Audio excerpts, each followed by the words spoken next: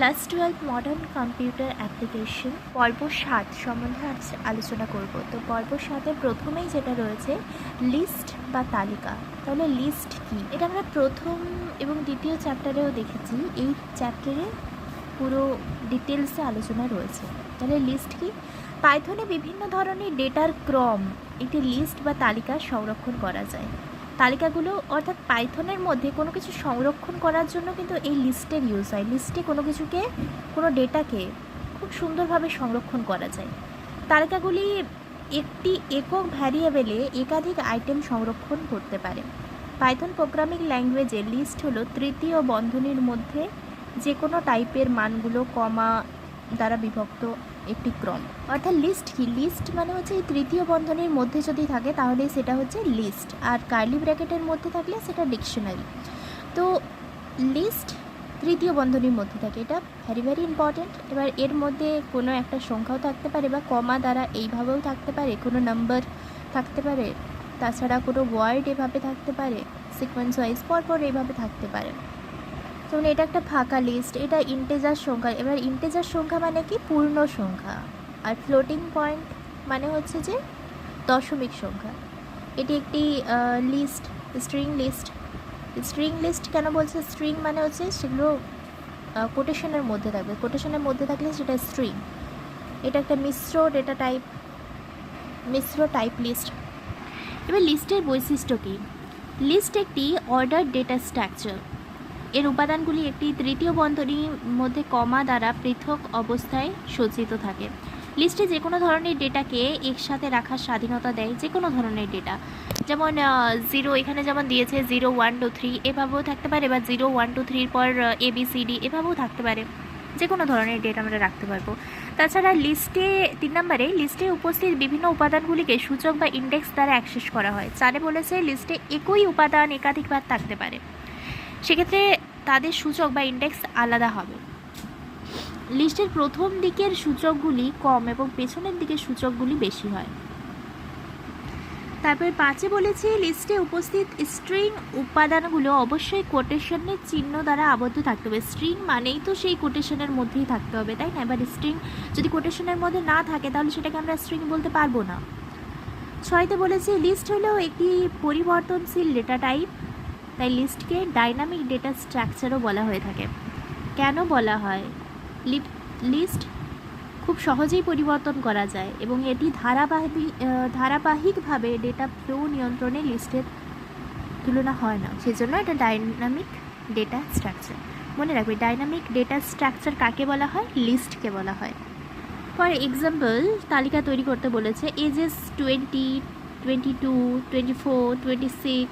এবার print edges, এটাকে edges বলতে এই এজেসের মধ্যে কী কী রয়েছে সেগুলো প্রিন্ট হয়ে যাবে। প্রিন্ট এজেস করলে প্রিন্ট হয়ে গেল। এইভাবেই কিন্তু প্রত্যেকটা, এটা ফ্রুটসের করেছে Apple, mango, banana, orange. Print fruits করে দিল, সবগুলো প্রিন্ট হয়ে যাবে। স্টুডেন্টের মধ্যে এখানে যেমন নাম দিয়েছে, তারপরে সংখ্যা, অ্যাকাউন্ট মানে দিয়েছে, কম্পিউটার অ্যাপ্লিকেশন এভাবে দিয়েছে, এগুলো সব প্রিন্ট হয়ে যাবে। এখানে একটা এক্সাম্পল আছে, দেখো x = 0 1 2 3 4 5 6 7। এবার x 0 সমান 0-র বদলে কিন্তু এখানে 8টাকে আনবো। তো x লিখলাম। এবার 0টাকে তৃতীয় বন্ধনীর মধ্যে সমান 8 দিলে তারপরে যদি x লেখা হয় তাহলে সেক্ষেত্রে দেখো 0-র জায়গায় কিন্তু 8 আসছে, আর বাকিটা যেমন ছিল তেমনই। এবার এই 0 বলতে না, 0 বলতে প্রথম যে প্রথম পোর্শনটাকে মানে বোঝায়। 0 যখনই আমরা লিখবো প্রথমে যেটা থাকবে, এখানে 0 নাও থাকতে পারে, অন্য কিছুও থাকতে পারে, তাহলে ওইটাকেই চেঞ্জ করে 0 সমান যেটা লিখবো ওইটা চলে আসবে। For example, y = car, bus, train. y0 = taxi. তো y প্রিন্ট করলে তাহলে সেক্ষেত্রে যেটা আসবে আউটপুট ট্যাক্সি, কারের পরিবর্তে ট্যাক্সি, বাস, ট্রেন এভাবে আসলো। List indexing. পাইথনে কোনো লিস্টের প্রত্যেকটি উপাদানের জন্য নির্দিষ্ট ইন্ডেক্স বা সূচক বরাদ্দ করা হয়। লিস্টের প্রতিটি উপাদানের জন্য দ্বিমুখী ইন্ডেক্স ব্যবহার করা হয়। দ্বিমুখী ইন্ডেক্স ভেরি ইম্পর্টেন্ট। তাহলে লিস্টে কেমন ধরনের ইন্ডেক্স ব্যবহার করা হয়? ইন্ডেক্সিং, দ্বিমুখী ইন্ডেক্সিং। এক হচ্ছে ফরওয়ার্ড এবং ব্যাকওয়ার্ড। ফরওয়ার্ড মানে এগিয়ে যাবে, ব্যাকওয়ার্ড পিছন দিক থেকে গণনা হবে, মাইনাসের দিকটা অ্যাকচুয়ালি। আচ্ছা দেখো, বুঝতে পেরে যাবে। ফরওয়ার্ড ইন্ডেক্সিং লিস্টের উপাদানগুলি সামনের দিক থেকে শুরু হয় শূন্য দিয়ে, এবং মানে শূন্য দিয়ে সামনের দিক থেকে শূন্য দ্বারা শুরু হবে। এই যে দেখো 0 1 2 3 4 5, এবং ব্যাকওয়ার্ডিং ইন্ডেক্স শুরু হয় লিস্টের শেষ উপাদান অর্থাৎ -1 দিয়ে, শেষ উপাদান থেকে শুরু হয়। আর এটা কিন্তু প্রথম থেকে শুরু হয়, 0 দিয়ে শুরু হবে।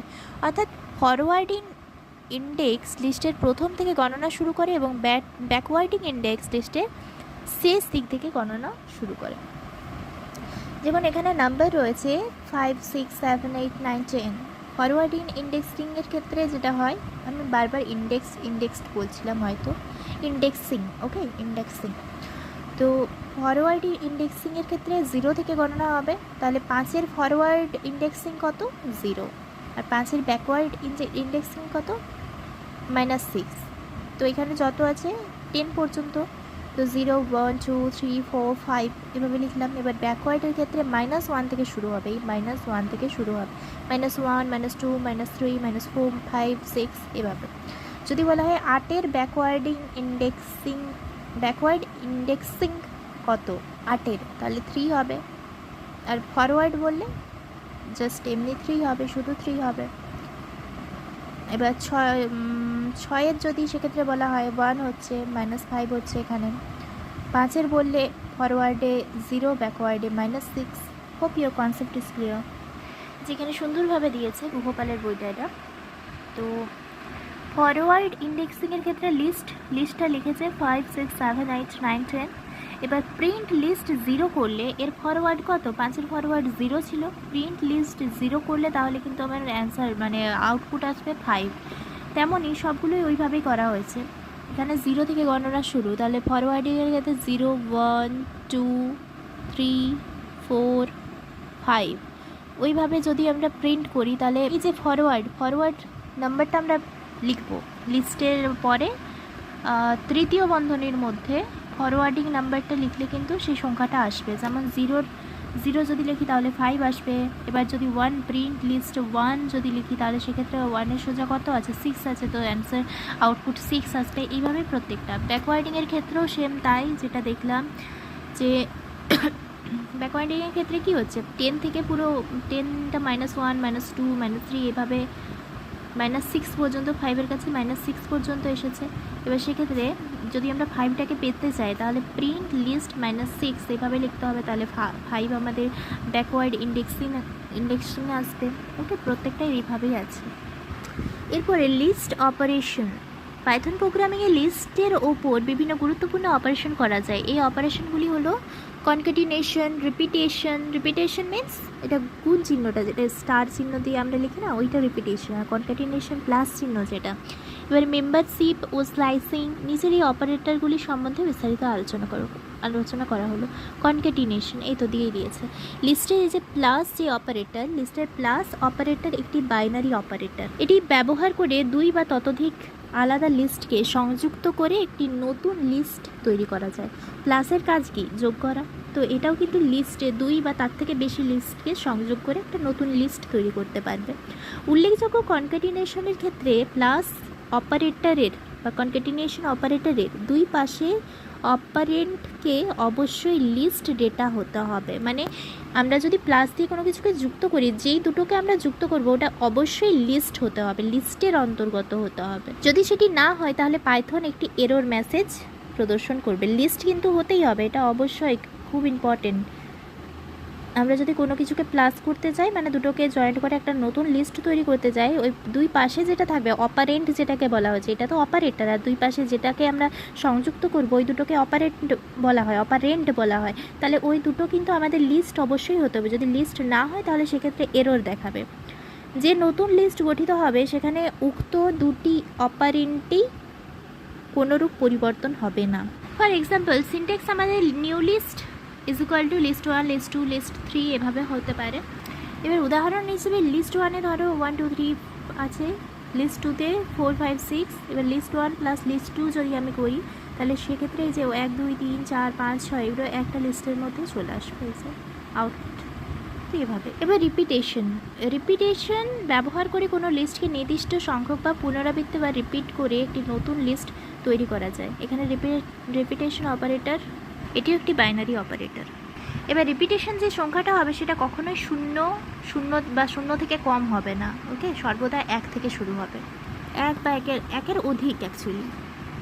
এবং এই যে রিপিটেশনের ক্ষেত্রে প্রদত্ত লিস্টের কোনো পরিবর্তন হয় না, শুধুমাত্র একটা নতুন লিস্ট তৈরি করতে হবে যেখানে প্রদত্ত লিস্টের উপাদানগুলি এর মান অনুযায়ী নতুন লিস্টে উপস্থিত থাকবে। যেমন এখানে লিস্ট 1-এ 1 2 3 রয়েছে, উদাহরণ একটা দেখো, লিস্ট 1-এ 1 2 3। এবার নিউ লিস্ট যেটা বানাবো সেখানে লিস্ট 1 × 3 করে দিলাম। এবার প্রিন্ট নিউ লিস্ট করলে তাহলে আমার এই যে 1 2 3 যেটা, ওটা 3বার প্রিন্ট হবে পর 1 2 3 আবার 1 2 3 আবার 1 2 3 এভাবে। এবার মেম্বারশিপ অপারেটর এটা আমরা দ্বিতীয় চ্যাপ্টারে পড়েছিলাম। তো মেম্বারশিপ অপারেটর হচ্ছে ইন এবং নট ইন। কোনো একটা লিস্টের মধ্যে নির্দিষ্ট কোনো সংখ্যক উপাদান আছে কি না সেটা চেক করার জন্য আমরা ইন এবং নট ইন এই মেম্বারশিপ দুটি অপারেটর ইউজ করে থাকি। এই দুটোই অ্যাকচুয়ালি, আর কোনো কিছু নেই। ইন এবং নট ইন এই দুটো মেম্বারশিপ অপারেটর, মাথায় ঢুকে না। এবার যে নির্দিষ্ট উপাদানটি আমরা খুঁজছি সেটা খুঁজে পেলে হচ্ছে মান ট্রু আসবে, আর নট ইনে যদি না খুঁজে পাই তাহলে ট্রু আসবে। ইনের ক্ষেত্রে যে মানটি আমরা খুঁজছি সেটা যদি খুঁজে পাই তাহলে ট্রু আসবে, আর না পেলে ফলস আসবে। আর নট ইনের ক্ষেত্রে যে মানটা আমরা খুঁজছি সেটা যদি খুঁজে না পাই তাহলে ট্রু আসবে। নট ইন বলেছে না, যদি খুঁজে না পাই তাহলে ট্রু আসবে, আর যদি খুঁজে পেয়ে যাই তাহলে ফলস আসবে। এক্সাম্পল দেখো, item is equal to 5, my list, মানে আইটেমটা হচ্ছে 5, my list is equal to 1 2 3 4 5। এবার আইটেম ইন, এই যে ইনটা ইউজ করছি, ইন অপারেটর, এই যে ইন যেটা, ইনটা item in my list, in use করে দিচ্ছি। তো এবার 5টা যদি লিস্টের মধ্যে আমার থাকে তাহলেই ট্রু আসবে। আইটেম আমি 5টাকে খুঁজছি, দেখো এই লিস্টের মধ্যে 1 2 3 4 5, 5টা তো পেয়ে গেলাম, সেজন্য এখানে ট্রু আসবে। Example, fruit, apple, banana, mango. Print mango not in fruits, ম্যাঙ্গোটা ফ্রুটসের মধ্যে নেই, তাই তো, ম্যাঙ্গো ফ্রুটসের মধ্যে নেই, নট ইন করেছি সেজন্য এটা ট্রু চলে আসলো।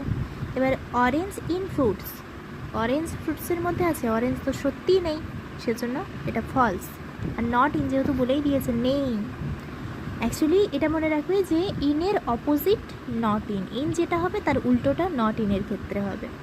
ইন মানে কোনো একটা জিনিসকে মধ্যবর্তী বোঝাচ্ছে, যদি থাকে তাহলে ট্রু হবে, যদি না থাকে তাহলে ফলস হবে। আর নট ইনের ক্ষেত্রে যদি থাকে তাহলে ফলস হবে, আর যদি না থাকে তাহলে ট্রু হবে। এবার স্লাইসিং, পাইথনের প্রতিটি লিস্টের ইন্ডেক্স নাম্বার অনুযায়ী একটি রেঞ্জ থাকে।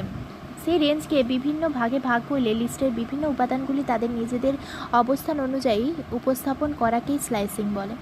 পাইথনে স্লাইসিংয়ের সিনট্যাক্সটা মনে রাখ, new list is equal to list start value, end value, stop value. Start value কোন ভ্যালুটা থেকে স্টার্ট হচ্ছে, এন্ড ভ্যালু কোনটায় শেষ হচ্ছে, স্টেপ ভ্যালু মধ্যবর্তী ভ্যালু। এক্সাম্পলগুলো দেখে বোঝার চেষ্টা করো। তো আজকে এই পর্যন্ত। পরবর্তী পার্টে আমরা লুপের ব্যবহার করে লিস্ট কীভাবে অতিক্রম করা হয় সেটা শিখব। ওকে।